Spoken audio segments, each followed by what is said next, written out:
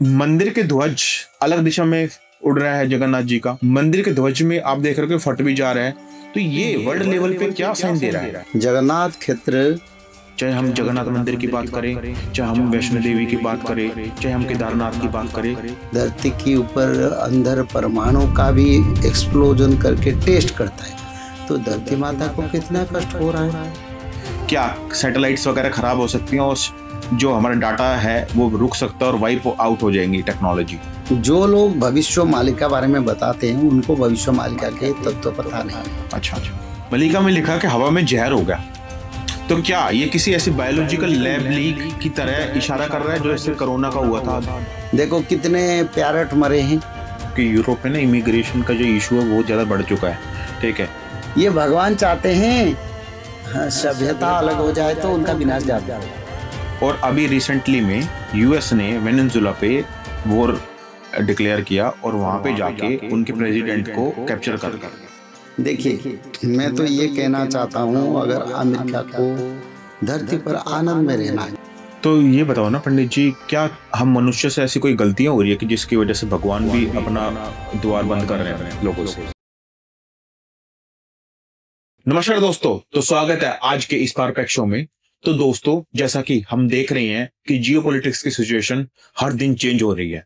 अभी रिसेंटली में हमने देखा कि अमेरिका ने वेनेजुएला पे हमला कर दिया, तो इस वजह से हर देश में डर का माहौल पैदा हो चुका है कि आने वाला समय क्या लेके आ रहा है।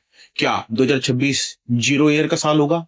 तो इसी क्रम में अगर मैं आपको बोलूं कि ये सब चीजें ऑलरेडी पहले ही एक ऐसी बुक में लिखी जा चुकी है जो 600 साल पहले लिखी गई थी और उसकी सारी भविष्यवाणियां अब सच होती दिखाई दे रही है। तो इसी क्रम में आज हमारे साथ एक ऐसी शख्सियत जुड़ी है जिनको हम भविष्य मल्लिका का रचनात्मक भी बोल सकते हैं, और इन्होंने ही भविष्य मल्लिका को देश के हर कोने तक और वर्ल्ड लेवल पे नाम फैलाया है। तभी आज आप देख सकते हो कि हर जगह भविष्य मल्लिका की बात हो रही है। तो इसी क्रम में मैं स्वागत करना चाहूंगा डॉक्टर पंडित काशीनाथ जी का। सर, आपका स्वागत है आज के जय जगन्नाथ। तो पंडित जी, ये बताओ कि मंदिर के ध्वज अलग दिशा में उड़ रहा है जगन्नाथ जी का, साथ में मंदिर के ध्वज में आप देख रहे हो कि फट भी जा रहा है। तो ये वर्ल्ड लेवल पे क्या साइन दे रहा है? देखिए, जगन्नाथ क्षेत्र मर्त्य पर वैकुंठ है। सारा ब्रह्मांड में 7 वैकुंठ है और जगन्नाथ क्षेत्र को शास्त्र के अनुसार इसको मर्त्य वैकुंठ कहते हैं। ठीक है। तो वैकुंठ में भगवान विष्णु निवास करते हैं, जगन्नाथ, बलभद्र, सुभद्रा, सुदर्शन के रूप में। तो इसीलिए प्रभु सारा दुनिया के लिए संकेत देते रहे ताकि जगन्नाथ मंदिर के ध्वजा के चतुर्पार्श्व में अपशकुन पक्षियों का परिक्रमा लगाना, ध्वजा फटना, ध्वजा घेरना, ये संसार के लिए कलियुग का शासन का अंत का प्रमाण कर रहा है और नया युग का निर्माण का संकेत भी दे रहा है। अच्छा, तो पंडित जी एक बात बताओ कि इतने साल में ना हमने पहले ऐसा कभी नहीं देखा है कि एकदम से चीजें अनहोनी होना स्टार्ट हो गई, और वो भी ऐसी ऐसी जगह पर जिनको हम बोलते हैं कि ये मंदिर का स्थान है, ये हमारे पूजा का स्थल है। चाहे हम जगन्नाथ मंदिर की बात करें, चाहे हम वैष्णो देवी की बात करें, चाहे हम केदारनाथ की बात करें, तो एकदम से इतना ट्रांजिशन हो क्यों रहा है? क्या रीजन है इसके पीछे? जुग जान कहे प्रणीत करन्ति दोषद्यन्ति वृथा टारे अच्युत वचन केही न पालिबे गाई बोलिबे थटारे। ये उड़िया में भविष्य शास्त्र में उसका एक पंक्ति अच्युतानंद महाराज के द्वारा रचना है। यानी युग परिवर्तन की अगर जा रहा है, हमको भी परिवर्तन होना चाहिए। दुनिया अगर परिवर्तन के समय उपनीत है तो उस समय को हमको मानना पड़ेगा। देवा देवी मंदिर, जितने देवता, जितने मंदिर, जितने पीठ, जितने हमारी धर्म संस्कार संस्था है, अनुष्ठान है, सभी स्थान पर भगवान कुछ ना कुछ दिखाते हैं मानव का बदलने के लिए, समय को बताने के लिए। अगर मनुष्य लोग उसको नहीं समझेंगे तो उसका परिणाम क्या है? उसका परिणाम ये जो अनहोनी, विनाश और ये जो समय चल रहा है ये समय बढ़ता जाएगा, क्योंकि परिवर्तन जब नहीं आएगा तब गिरना शुरू हो गया, और अगर परिवर्तन हो जाएंगे तो गिरना नहीं होगा।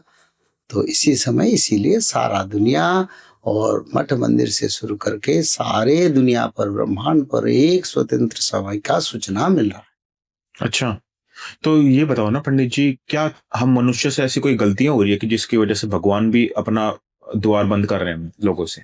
नहीं, भगवान कभी द्वार नहीं बंद किए हैं, ना करेंगे, क्योंकि उनका द्वार बंद हो जाएगा तो दुनिया चलेगा कैसे। आज अगर हम भोजन खाते हैं तो माता महालक्ष्मी का कृपा है।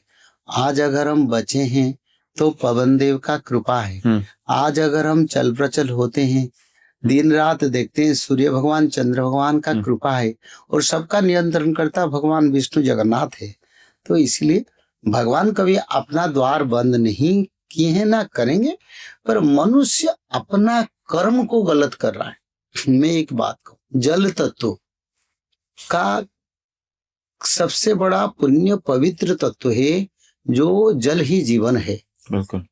तो मनुष्य ने जल तत्व को क्या किया, न प्रदूषित किया, जल तत्व को मिस यूटिलाइज किया, जल तत्व में अपने महिला से शुरू करके सब कुछ मिलाया।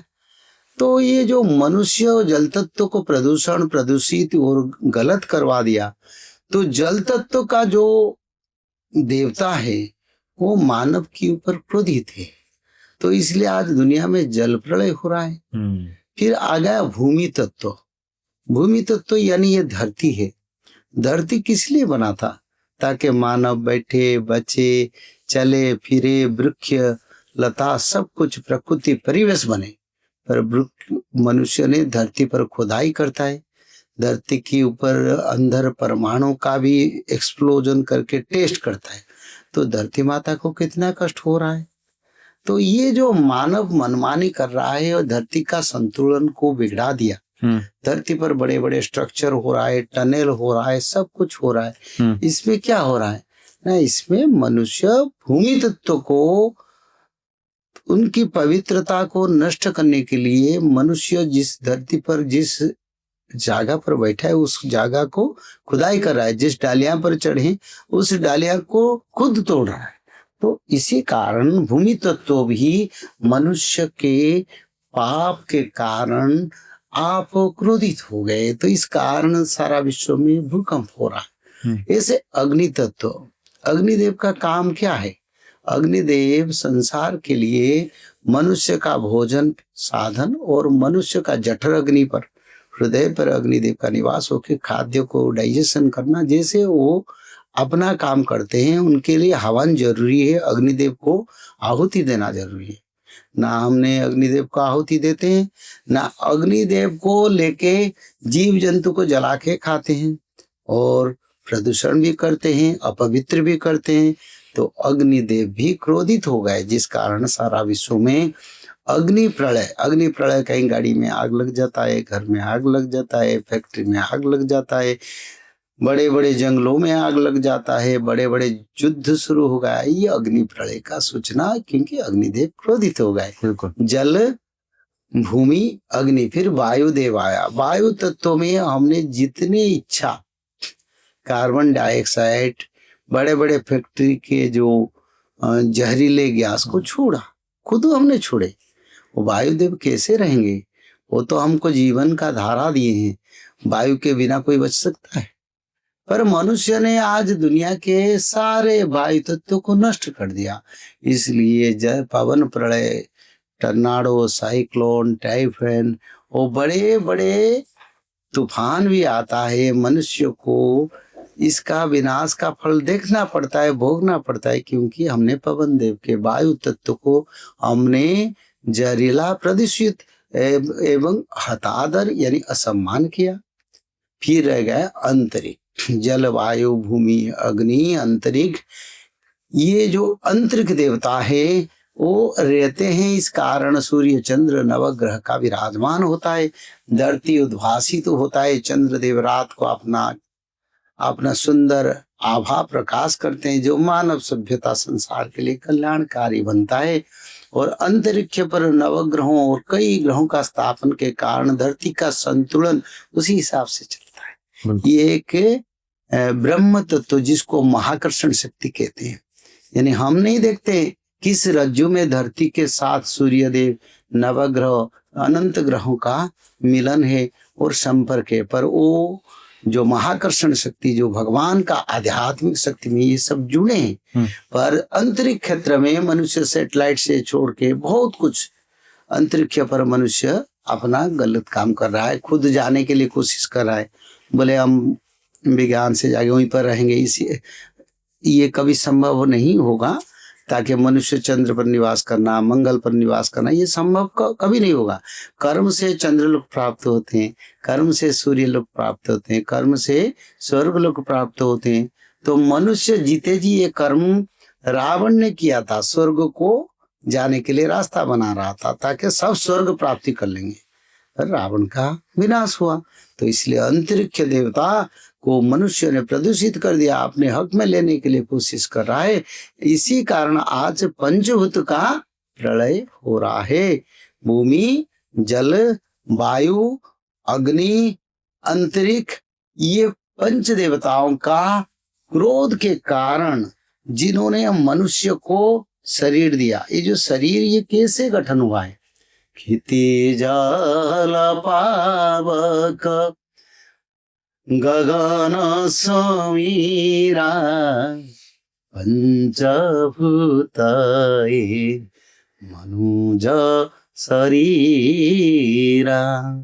पंचभूत का शरीर मनुष्य को मिला है, पंचभूत का धरती, पंचभूत का ब्रह्मांड, पंच तत्वों में सारा ब्रह्मांड का गठन है। पर मनुष्य उसको जो प्रदूषित करता है, असम्मान करता है, उन तत्वों का पूजा विधि, आदर, सम्मान, हवन, यज्ञ, जप तप यज्ञ, ये सब मनुष्य भूल गया। सिर्फ खाए, अच्छा सोने के लिए अच्छा घर चाहिए, खाने के लिए अच्छा भोजन चाहिए, अच्छा पैसा चाहिए, अच्छा विलास व्यसन और भौतिक विषया तत्व से मनुष्य जड़ित हो गया, आध्यात्मिक तत्व से मनुष्य अलग हो गया। इस कारण अगले समय में एक पंचभूत का बड़ा विनाश समय लेके आएगा। उसी विनाश में जो लोग धर्म को पकड़ के रहे हैं, तपस्सुच दयादान, चारों युग का धर्म अलग अलग है। सत्य युग में 4 पाद धर्म है, त्रेता में 3 पाद धर्म है, द्वापर में 2 पाद धर्म है, कलयुग में 1 पाद धर्म है। पर मेरे विचारधारा में आप तो कलयुग है ही नहीं। अगर कलयुग है ही नहीं तो फिर कौन सा युग है? युग चक्र में सत्य युग का आगमन का संकेत मिलता है। तो सत्य युग में 4 पाद धर्म, क्या क्या धर्म? न तप, शौच, दयादान। तप, शौच, दयादान को जो पालन करेंगे वो ही मानव बचेंगे। जो लोग नहीं मानते हैं, जो लोग मनमानी करते हैं, उन लोगों का पंचभूत का आने वाले आपद में मनुष्य सभ्यता के प्रति जो लोग ऐसे गलत काम में, गलत परिवेश में भगवान के पंच तत्वों का हतादर करते हैं, उन्हीं लोगों को सस्टेन करना संभव नहीं है। अच्छा, ठीक है पंडित जी। तो पंडित जी एक चीज बताओ कि मलिका के हिसाब से है ना 2026 को शून्य का साल बोला गया और साथ में सूर्य का भी साल है ही। तो क्या इससे हम ये कह सकते हैं कि शून्य का साल की वजह से और सूर्य की गर्मी की तेज की वजह से क्या सैटेलाइट्स वगैरह खराब हो सकती हैं और जो हमारा डाटा है वो रुक सकता है और वाइप आउट हो जाएंगी टेक्नोलॉजी? देखिए, जो लोग भविष्य मालिका बारे में बताते हैं उनको भविष्य मालिका के तत्व पता नहीं है। अच्छा, पहला बात कहता हूँ, क्योंकि कहीं भविष्य मालिका में 26 का ऐसे कुछ जिक्र नहीं है। ठीक है, पर बात यही है 2025 से उसका कार्य शुरू हुआ, 2019 से उसका कार्य शुरू हुआ, हम जानते हैं। तो ये 2026 में डाटा बंद हो जाएगा, पूरा स्टॉप हो जाएगा, ये नहीं होगा। मैंने पहले से बताया हूँ। पर डाटा तो एक दिन बंद होगा, सारे सैटेलाइट भी नष्ट होगा, ये मैंने पहले से बताया हूँ। पर ये अभी वो समय नहीं आया। वो 2029 के बाद 28 के बाद भयंकर प्रलय होगा अंतरिक्ष में, जिसमें होगा 28 में शुरू हो सकता है वो समय। पर अभी डाटा कुछ कुछ समय के लिए, कुछ दिन के लिए बंद होने के लिए समय आ रहा है।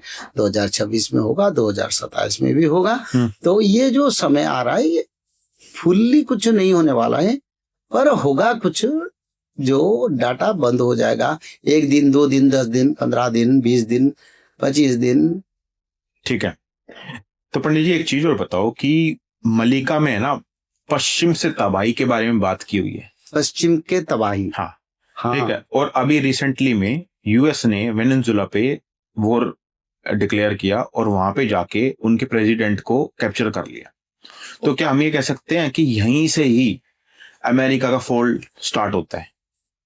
देखिए, मैं तो ये कहना चाहता हूँ, अगर अमेरिका को धरती पर आनंद में रहना है, सबसे साधन है, टेक्नोलॉजी है, अर्थ है, सब कुछ व्यवस्था है, बस धर्म को पकड़े चले। धर्म को पकड़ने के लिए क्या चाहिए? किसी दुर्बल के ऊपर अत्याचार नहीं करना चाहिए, किसी दुर्बल को अपना क्षमता का प्रभाव प्रकोप में नहीं लाना चाहिए। तो इसीलिए अमेरिका ने ये जो कार्य किया, ये धर्म और नीति, राजनीति, राष्ट्र नीति का नियम में नहीं है। किसी राष्ट्र का मुख्य को अरेस्ट करना ये धर्म नहीं कहता है। तो ये अमेरिका की प्रशासन की तरफ से जो किया गया ये अधर्म है। और अधर्म का कर्मफल क्या है? उसके लिए सारा देशवासी भुगतना पड़ता है। तो ये सारा ऐसे जो कर्म है, इस कारण अमेरिका के ऊपर दैविक शक्ति का प्रभाव पड़ेगा। और अमेरिका में पंचभूत प्रलय, भूकंप, अग्नि प्रलय, जल प्रलय, भूमि प्रलय, अंतरिक्ष प्रलय और सारे जो पंचभूत का जो प्रलय अमेरिका में बढ़ेगा। और इस कारण अमेरिका के लोग दुखी होंगे और उनकी अर्थनीति भी प्रभावित होगा, क्योंकि जहाँ अधर्म है वहीं विनाश है, जहाँ धर्म है वहीं पर प्रकाश है। पंडित जी एक चीज बताओ कि जो हम धर्म की बात करते हैं, जैसे हम धर्म अपने आप में बात कर रहे हैं, हम हिंदू धर्म की बात कर रहे हैं, पर आपको पता होगा कि जितनी भी वेस्टर्न कंट्रीज हो वो क्रिश्चियन रिलीजन को अपनाती है। तो हमारे बीच में तो डिफरेंसेस है ना, हम हिंदू धर्म से हैं, वो क्रिश्चियन धर्म से, तो उनके ऊपर हमारा धर्म की कैसी चीजें चलती? देखो, धर्म कुछ नहीं है। अच्छा। धर्म सनातन है। कलयुग के कारण कई धर्म बने हैं। हिंदू धर्म में बंटवारा हुआ, अंतर्जातीय धर्म में बंटवारा हुआ। तो ये जो धर्म का के बात कहते हैं, धर्म सभी का मूल धर्म है, सनातन है। तो हमारी सनातन धर्म जाति भेद धर्म कुछ नहीं मानता। ठीक है। तो इसलिए क्रिश्चियन हो, मुस्लिम हो, हिंदू हो, जैन हो, सिख हो, बुद्धिस्ट हो, सभी धर्म सनातन से उत्पत्ति हुए हैं। फिर सभी धर्मों का समन्वय आके सनातन धर्म में होगा। तो इसीलिए आज भले कलयुग के प्रभाव के कारण वो बोलते हैं हमारा ये धर्म, वो बोलते हैं हमारा ये धर्म, फिर जब विनाश बढ़ेगा, लोगों का मृत्यु होगा, लोग रेस्क्यू नहीं मिलेगा, देखते हैं कोई धर्म नहीं काम करते हैं, हमारा ठाकुर जी जिसको हम भजन करते हैं, हमारा ईश्वर जिसको हम भक्ति से ध्यान करते हैं, वो नहीं सुनते। तो बोले भगवान विष्णु के शरण में जाएंगे। और भगवान विष्णु के शरण में आए के फिर सभी धर्म भूल के सनातन धर्म को अपना लेंगे। और सनातन धर्म एक शेल्टर प्लेस है। अच्छा। जहाँ सभी धर्म आश्रय लेते हैं, सभी सभ्यता आश्रय लेते हैं। तो फिर भगवान आश्रय देंगे सभी धर्म लोगों को। धर्म मजहब से हम नहीं है, हम सभी मानविकता में हैं। और मानविकता ही सबसे बड़ा पवित्र तत्व है, जो भागवत महापुराण में लिखा है। जाति धर्म वर्ण चंडाल साधु संत चोर ठग सबको एक दर्जा देके, सब में धर्म ब्रह्म और सब में भगवान है। मुझ में भगवान है, मुझ में तुझ में और तुझ में मुझ में एक देखना हमारी सनातन परंपरा है। इसी परंपरा में हम कोई धर्म को असम्मान नहीं करते। और ये कहना चाहता हूँ, अब समय नहीं है तुम्हारी हिसाब से वो धर्म को पकड़ के तुम नहीं जा पाओगे। तो इसीलिए बचना है तो सनातन में आ जाओ और सनातन रक्षा कर सकता है। अच्छा, तो पंडित जी फिर ये बताओ कि जैसे अभी सऊदी और यमन के बीच में ना युद्ध चल रहा है, ठीक है, और इसकी वजह से ना सेंट्रल एशिया का जो पार्ट है उसमें ना बड़ा ही आप ये कह सकते हो उथल पुथल हो रखे हैं। क्यों? क्योंकि इजराइल में और ईरान के बीच में भी हमने युद्ध देखा। तो क्या देखते हो कि जो आने वाला टाइम है वो सेंट्रल एशिया की कंट्रीज के लिए वो कैसा हो सकता है? सब छोटे छोटे देश बड़े देश आपस में लड़ाई करेंगे, दुर्बल सबल पर अत्याचार करेगा। सबल दुर्बल पर अत्याचार करके, यानी छोटे कंट्री भी बड़े कंट्री के ऊपर अटैक कर लेंगे, अच्छा। बड़े कंट्री भी छोटे कंट्री के ऊपर अटैक करेंगे। इसमें जोर जिसका उसका विजय होगा, जिसका पास शक्ति ताकत है उसका विजय होगा, मतलब जिसकी लाठी उसकी भैंस। हाँ, ऐसा होगा।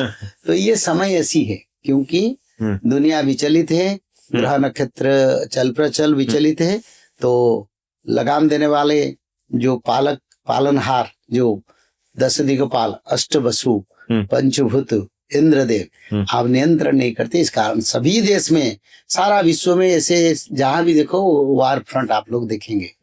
पर इसका कारण है स्वकर्म सूत्राई ग्रथिताई लोका, मनुष्य अपना कर्म के लिए खुद को भुगतने के लिए प्रस्तुत कर रहा है। अच्छा, आज तो सब शांति में खाते पीते सोते हैं और समय भी गुजरते हैं, कहीं छुट्टी भी बिताने के लिए जाते हैं, आनंद करते हैं। ऐसे समय आएगा मनुष्य को कुछ नहीं मिलेगा, क्योंकि मनुष्य जो बनाया कितने साल में, 5127 साल में, उसको खुद नष्ट करने के लिए मनुष्य आप सब तुले हुए हैं। हम नष्ट करेंगे और खुद दुख झेलने के लिए तैयार।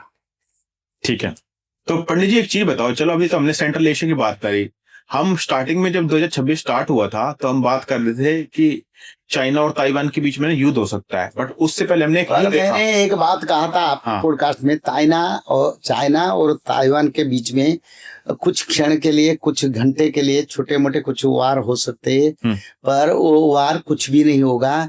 चाइना ताइवान मिलके अमेरिका के साथ, भारत के साथ लड़ाई करेंगे, ये मैंने पहले से बताया, मैं पुस्तक में लिखा हूँ। उसका कोई गलत नहीं होगा, उसको कोई गलत अर्थ को नहीं ले सकते, वही होगा।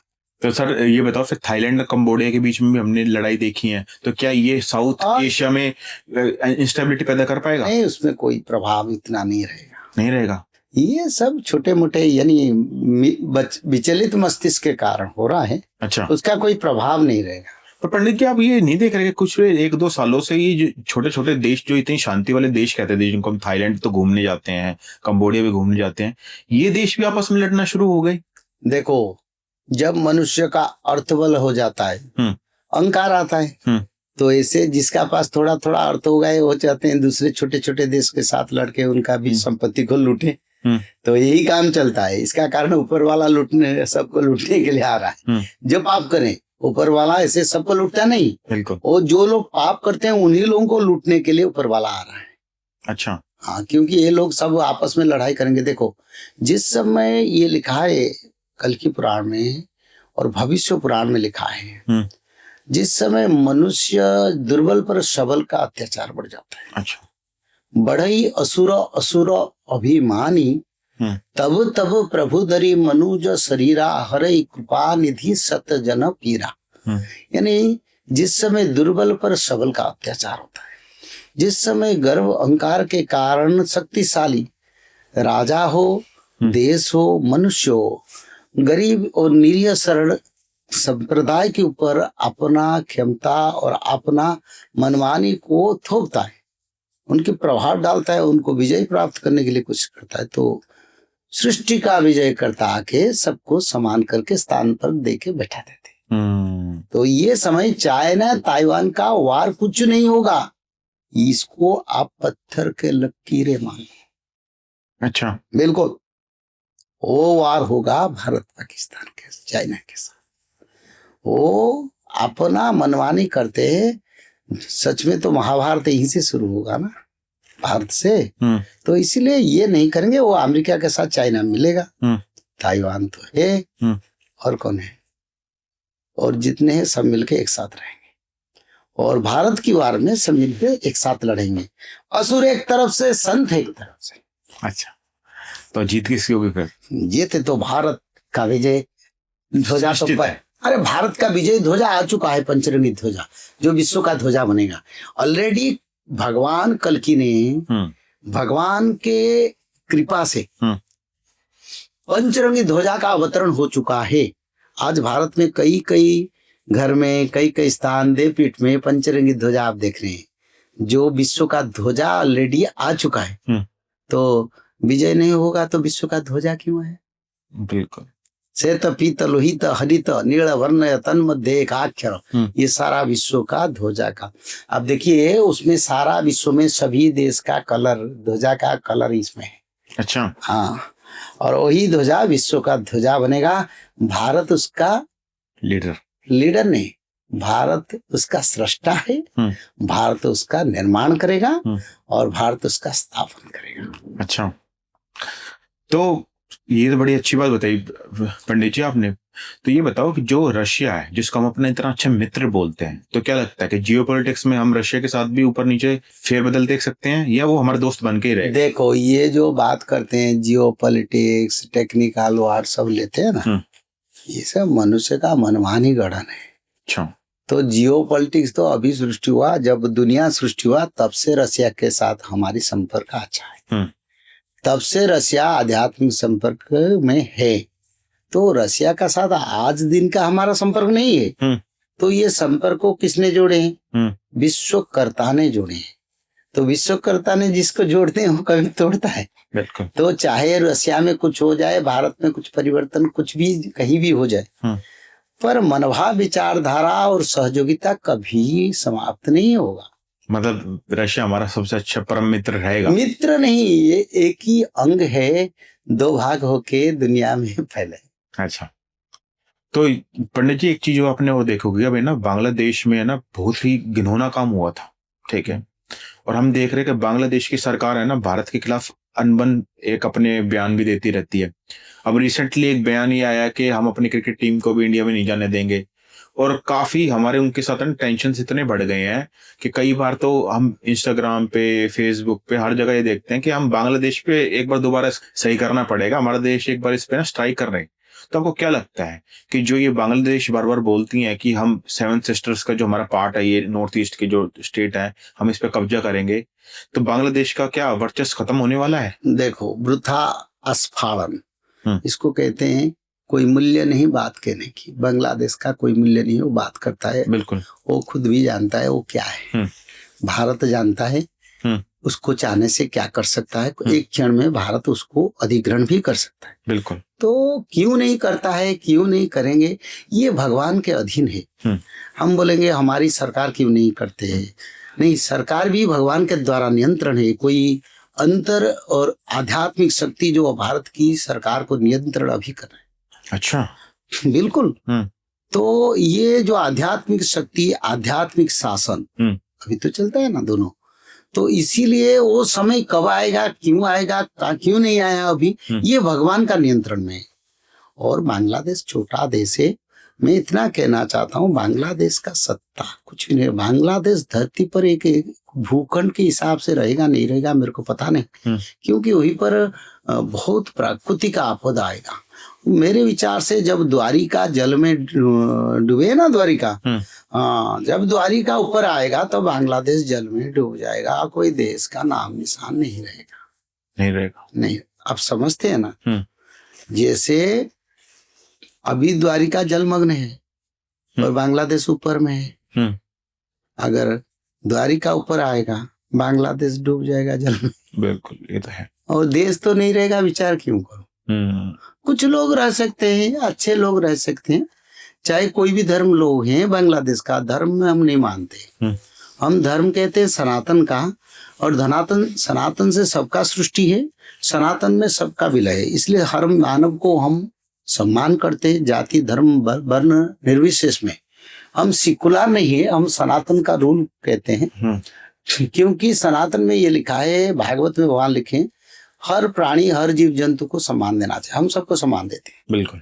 पर कर्म के अनुसार आज जो बांग्लादेश में पाप हो रहा है, वो पाप का फल तो उनको भोगना पड़ेगा। बिल्कुल। तो वो पाप के कारण वही पर प्रकृति बन चुकी, उसका बड़ा प्रलय, अनाहार, भूखा, प्यासा, जल प्रलय, अग्नि प्रलय, भूमि प्रलय, और सारे रोग बीमारी आपद में पीड़ित होके उनका समाप्त होने के समय आ रहा है। और जब बड़ा भूकंप होगा उसमें निश्चिन्न होने की भी समय दिखाई देता है, जो शास्त्र में लिखा है। अच्छा, तो पंडित जी एक चीज बताओ, अभी हमने देखा था थोड़े दिन पहले कि अफगानिस्तान और पाकिस्तान के बीच में भी है ना टेंशन बढ़ गई थी, और उनके बॉर्डर पे आपस में ही तानातानी बढ़ गई, और उनके बीच में एक हल्की फुल्की स्ट्राइक हुई, और हम कह सकते छोटा मोटा युद्ध हुआ। तो आपको नहीं लगता कि इन दोनों के बीच का युद्ध हमारे इंडिया बॉर्डर तक पहुंच सकता है? जब भारत पाकिस्तान का वार होगा तब अफगानिस्तान पाकिस्तान का कुछ क्षेत्र को अपने क्षेत्र में ले लेगा, ये सुन लो। अच्छा, हाँ, उसी समय वो वार करके जो उनका इच्छा है, हाँ।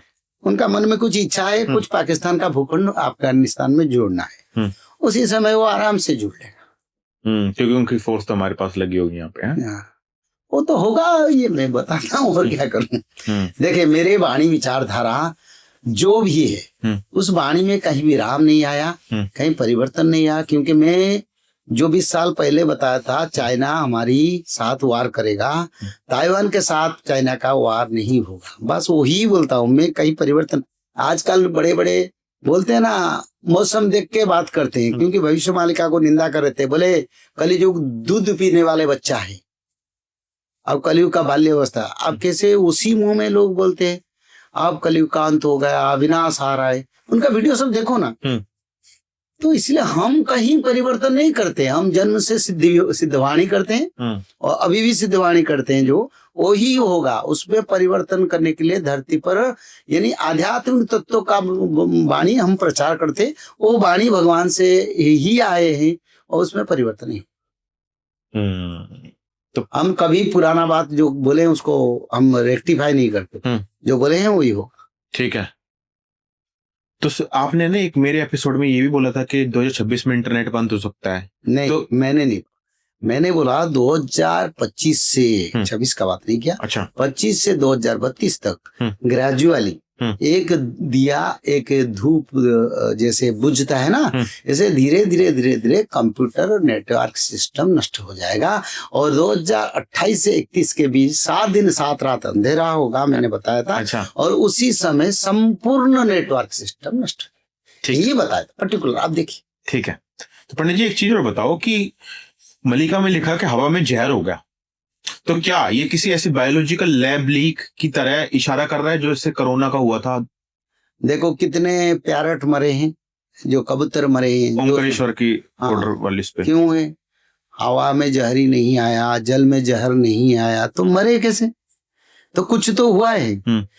अभी कल मैंने एक न्यूज देख रहा था जिसमें दिखा है दिल्ली में 50,000 लोग अफेक्टेड है वायु प्रदूषण के कारण। बिल्कुल। और उस पर लिखा है कि कुछ लोगों का भी मृत्यु हुआ है, और 11 साल एज कम भी हो गई। हाँ, तो ये क्या सत्यता नहीं है? तो पंडित जी मतलब आने वाला समय मेरे को लगता है बड़ा कष्टकारी होगा। आने वाला समय बड़ा आनंद का समय, मेला महोत्सव और आनंद मनाने का समय आ रहा है, क्योंकि राम आएंगे आएंगे राम आएंगे, क्योंकि प्रभु कल के राम आएंगे। हाँ। तो महोत्सव का दिन आ रहा है। दुख का दिन क्यों? जो लोग शराब, मदिरा, मांस, नशा, नारी, पाप, दुर्बल के ऊपर अत्याचार में डूबे हैं, उन्हीं लोगों के लिए बड़ा विनाश का समय रहा है। अभी भी समय है, सुधर जाने से बच जाएंगे। पर हम तो बड़ा आनंद है। हाँ। क्योंकि कल की आएंगे, राम आएंगे, और सारा विश्व सनातन बनेगा। उससे आनंद का समय और क्या हो सकता है हमारे के लिए? बिल्कुल कोई दुख नहीं है, बड़ा आनंद का समय आ रहा है। थोड़ा त्याग करेंगे, फिर बहुत समय के लिए अच्छा समय आएगा। थोड़ा सा त्याग करने के, थोड़ा सा त्याग करना पड़ेगा। इस समय का जो समय इंटरवल पीरियड है 2026 से 32 तक, हमको धर्म, अर्थ, कर्म मुख्य जो मूल तत्व है सनातन का, उसको हासिल करने के लिए हमको सत्य, शांति, दया, क्षमा, शाकाहारी भोजन, त्रिकाल संध्या, माधव नाम भजन, भागवत पठन करके फिर उसी सीढ़िया में जाके फिर हम नवयुग निर्माण कर लेंगे, जहाँ आनंद ही आनंद है, सुख ही सुख है, समृद्धि ही समृद्धि है। टेक्नोलॉजी का बाप टेक्नोलॉजी आएगा। यानी अभी टेक्नोलॉजी हम ऐसे बोलते हैं, यहाँ से बैठ के हम अमेरिका से बात करेंगे, उस समय आ रहा है। अच्छा। और सीधा सीधा वीडियो कॉन्फ्रेंसिंग जैसे बैठ के बात करेंगे, कोई यंत्र का जरूरत नहीं पड़ेगा। तो पंडित जी एक चीज बताओ, देखो मेरे मन में ना हमेशा से बात आती है कि जैसे कोई इंसान आइलैंड पे रह रहा है, अंडमान निकोबार आइलैंड पे रहता है, जो लोग कोस्टल लाइन पे रहते हैं वो तो देखो मांस खाएंगे, मछली खाते हैं, ठीक है, क्योंकि उनका जीवन व्यापन उससे होता है। और आप ये कह रहे हो कि जो खाएगा उसको भगवान अपने शरण में नहीं लेंगे, तो आपको नहीं लगता कि हम मनुष्य तो अपने आप को ढालते हैं कि जहाँ पे मेरा जीवन चल सके? तो ये गलत बात नहीं है सर? देखिए, भगवान ने जो विधि बनाया, जो वेद बनाया, वेद में उन्होंने लिखे हैं, जे पराई के ऊपर अत्याचार, दुर्बल के ऊपर पीड़न और दुर्बल के ऊपर सबल का अत्याचार वेद शास्त्र विरोध करता है। निंदसी यज्ञ विदेहे रहस्रुति जातम सदैव हृदय दर्शित पशुघातम केशव ध्रुत बुद्ध शरीर जय जगदीश हरे। भगवान बुद्ध देव ने पशुबद्ध को जीवबद्ध को विरोध किया, वो भगवान स्वयं आए थे। तो इसलिए शास्त्र कहता है कोई दुर्बल जीव के ऊपर हम अत्याचार नहीं कर सकते। मनुष्य को भोजन करना है। आप बोलते हैं हम समुद्र के किनारे में रहते हैं, ये भी बोलते हैं हम संसार में, हम दिल्ली में रहते हैं, दिल्ली में कई शराब काउंटर है, तो उसका पास रहते हैं तो शराब खाएंगे क्या, क्योंकि करीब में शराब काउंटर है। पर आप ये बताओ ना कि जब उस आइलैंड पे खाने लायक कुछ चीजें नहीं है, सिर्फ वो तो मांस ही खाएगा ना। देखिए अंडमान निकोबार द्वीप में बहुत कुछ है, प्राकृतिक साधन बहुत है, फल फूल भी बहुत है, वृक्षलता बहुत है, जंगले बहुत है, और उसी समय बहिर्वाणिज्य अंतर वाणिज्य चल रहा था। कोई चावल दे रहा था तो कोई जंगली सामग्री उसको दिया जाता था, तो वो तो साधन बढ़ गया, आना जाना जहाज सब कुछ सुविधा हो गया। तो वहां का प्रोडक्ट ये हम यहाँ दे के वहां का लोग बिजनेस करके पैसा कमाते हैं, उसमें चावल खरीद के खा सकते हैं, उसमें सब कुछ सुविधा है। भगवान ने ऐसे कहीं नहीं क्षेत्र धरती पर नहीं रखे जहां मनुष्य के भोजन के लिए जो लायक वो नहीं मिलता। बिल्कुल, ये मनुष्य कहने के तरीका है। तो जीव हत्या, छोटे से जीव वो अपना जल में विचरण कर रहा है, हमारी बच्ची रास्ता में विचरण कर रहा है, कोई दुर्बृत्त आके उसको उठा ले सकता है और लेगा तो हम उसको एक्सेप्ट करेंगे। तो वो जल में जल परी है, जल में खिल रहा है। तो हम स्थल लोग, हम स्थल में रहे, उनको जाके पकड़ के लाके खाना क्या, हमारा जाके सार्क को पकड़ के लाके खाओ ना, औकात है तो नहीं, उनके पास नहीं जाएंगे, क्योंकि दुर्बल हो कर कोई जो तुम्हें पुकारा है, जो दुर्बल है, जो राम को पुकारता है ना, और राम सुनते हैं, तो इसलिए ये अन्याय है। तो अपना क्षेत्र पर हर सीमा, जंगली जीव जंतु जंगल में रहेंगे, मनुष्य मैदानी में रहेगा, जल में जल जीव रहेंगे, नभ में नव जीव रहेंगे, तो उनका स्थान भगवान ने दिए हैं। अगर मनुष्य बोलेगा हम उस सबको हमारी है, तो इसलिए तो जंगली जीव जंतु घर में घुस के अटैक करते हैं, मनुष्य को मारते हैं और मनुष्य को खाते हैं। वो क्यों जंगल छोड़ के आ रहे हैं, क्योंकि मनुष्य ने नहीं माना तो जीव जंतु भी नहीं मानते। तो ये संकेत को समझ लीजिए, युग परिवर्तन समय ऐसा होता है, कोई जीव जंतु को मारने को मनुष्य का अधिकार नहीं है। जो जीव जंतु को मारते हैं वो जम पथ में जब जाते हैं, जमुपुरी को, उनको लगता है 13 महीना, 13 महीने के समय में उनका हिसाब वही जीव जंतु की तरफ से लिया जाता है। तो पंडित जी ये तो आपने बड़ी सही बात कही है वैसे तो, पर फिर भी बोलने में और सर कहने में ना, रियलिटी में इसको अपनाने में ना बड़ा फर्क होता है। नहीं, आलसीता के कारण और सुचाचारिता के कारण मनुष्य को ये करना संभव नहीं लगता, या ये कष्टदायक होता है, या इस विचारधारा को एक्सेप्ट नहीं करता है। पर धर्म का अर्थ सहनशीलता, तो हमको जितना कष्ट धर्म के कर्म से पड़ेगा उतना हमारा ही फायदा होगा। ठीक है। ऋषि मुनियों लोग तपस्या करते थे, एक बात कहूं, 10,000 वर्ष, 2,000 वर्ष, 100 वर्ष तपस्या करते थे, फिर उसका बाद वो अमर बन जाते। तो मानो उतना समय के बाद लाखों वर्ष तक उनका मृत्यु नहीं होता है।